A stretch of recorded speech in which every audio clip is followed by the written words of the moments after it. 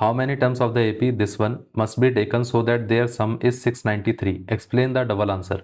Basically यहाँ पर सबसे पहले हम एपी की बात कर लेते हैं।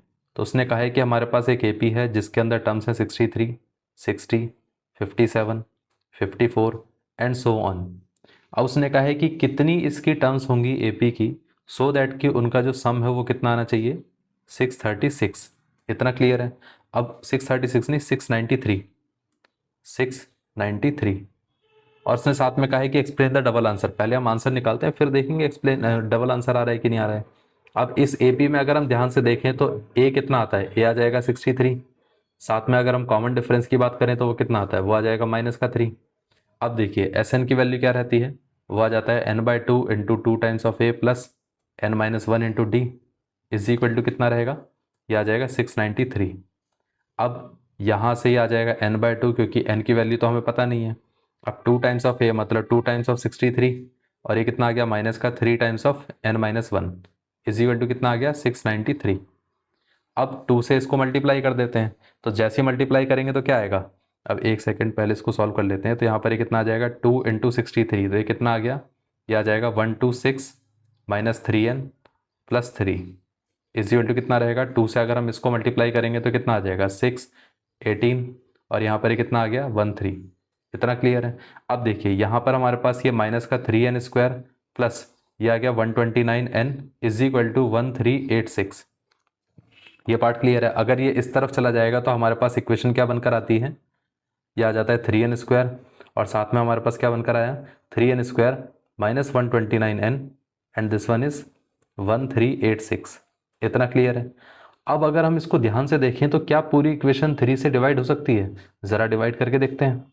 तो अगर हम इसको डिवाइड करेंगे तो सीधा चला गया, इसको डिवाइड करेंगे तो ये आ जाएगा 43, इसको डिवाइड करेंगे तो कितना आएगा 3 4 12, 3 6 18 और यहाँ पर 3 2 6। तो मतलब हमारे पास एक्चुअली में जो इक्वेशन बनकर आती है वो कितना आ जाएगा n² minus 43n plus 462 is equal to 0। अब देखिए ये हमारे पास एक क्वाड्रेटिक इक्वेशन बनकर आती है। इस क्वाड्रेटिक इक्वेशन को अगर हमें सॉल्व करना है तो क्या करना पड़ेगा, इस मिडिल टर्म को स्प्लिट करना पड़ेगा। कैसे कैसे नंबर्स में स्प्लिट करना पड़ेगा, ऐसे नंबर्स में जिनका सम क्या होना चाहिए -43 और साथ में जो प्रोडक्ट है वो क्या होना चाहिए, वो होना चाहिए हमारे पास 462। इसके अगर हम फैक्टर करके देखें तो वो कितना आता है, अगर हम इसमें फैक्टर ले लेते हैं 2 तो यहाँ पर ये कितना आ जाएगा, ये आ जाएगा 231। क्या अब हम इसके और फैक्टर कर सकते हैं, बिल्कुल कर सकते हैं। 2 इंटू अगर हम 11 से डिवाइड करेंगे तो कितना आ जाएगा, ये आ जाएगा 11 2 22 और यहाँ पर 11। इतना क्लियर है। अब एक चीज़ सोचिए कि यहाँ से एक आ जाता है 22 और एक आ जाता है 21। तो 22 प्लस 21 को अगर हम ऐड करेंगे तो 43 आता है। मतलब ये फैक्टर्स तो पॉसिबल हो सकते हैं लेकिन हमें माइनस चाहिए, तो हम एक काम करते हैं ना, -22 ले लेते हैं और -21 ले लेते हैं। तो मल्टीप्लाई करेंगे तो ये पॉजिटिव आ जाएगा और साथ में इन दोनों को ऐड करेंगे तो नेगेटिव रहेगा। मतलब हमारे पास एक नंबर आ गया -22n और एक आ गया हमारे पास -21n and this one is +462 and this one is n²। अगर हम इसमें से n कॉमन ले लेंगे तो बचेगा n-22। अगर हम इसमें से -21 कॉमन ले लेंगे तो यहाँ पर बचेगा n-22 = 0। अब देखिए n-22 तो ऑलरेडी कॉमन आ रहा है और साथ में यहाँ से क्या बचा n-21। इतना क्लियर है। इसको अगर हम 0 के साथ इक्वेट करेंगे तो n की वैल्यू 22 आती है। इसको अगर हम 0 के साथ इक्वेट करेंगे तो n की वैल्यू 21 आती है। इतना क्लियर है। मतलब n की वैल्यू तो ये भी पॉसिबल है, ये भी पॉसिबल है।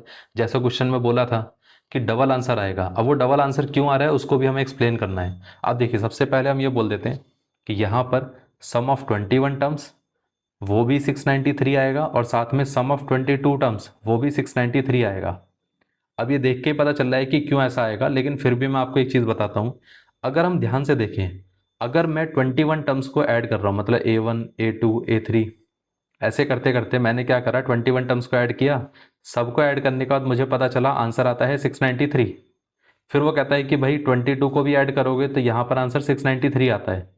इसका मतलब क्या हुआ, ये वाला टर्म 0 हो सकता है, तभी तो पॉसिबल हो सकता है। लेकिन ऐसे हम डायरेक्टली थोड़ी ना बता सकते हैं कि 0 होगा कि नहीं होगा। तो हम एक काम करते हैं, चेक कर लेते हैं इसको। तो अगर हम A22 निकालें तो वो कितना आता है, A plus 22 minus 1 into d. A की वैल्यू कितनी है 63 प्लस 22 माइनस 1 मतलब 21 इंटू डी कितना रहेगा -3।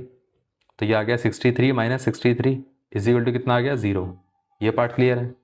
अब यहां से देख के पता चल रहा है कि 22 वाले जो टर्म है उसकी वैल्यू एक्चुअली में 0 थी, इसलिए 21 तक का भी सम और साथ में 22 तक का भी सम, दोनों का सम क्या आ रहा था, सेम ही आ रहा था 693। ये पार्ट क्लियर है, तो इसलिए हमारे पास आंसर यहाँ पर ये दोनों सेम आ रहे थे। सो ये आंसर क्लियर हो गया, और साथ में उसके पीछे की रीजनिंग कि उसके अंदर डबल आंसर क्यों आ रहा है ये भी क्लियर हो गया। सो इस तरीके से इसका आंसर आएगा।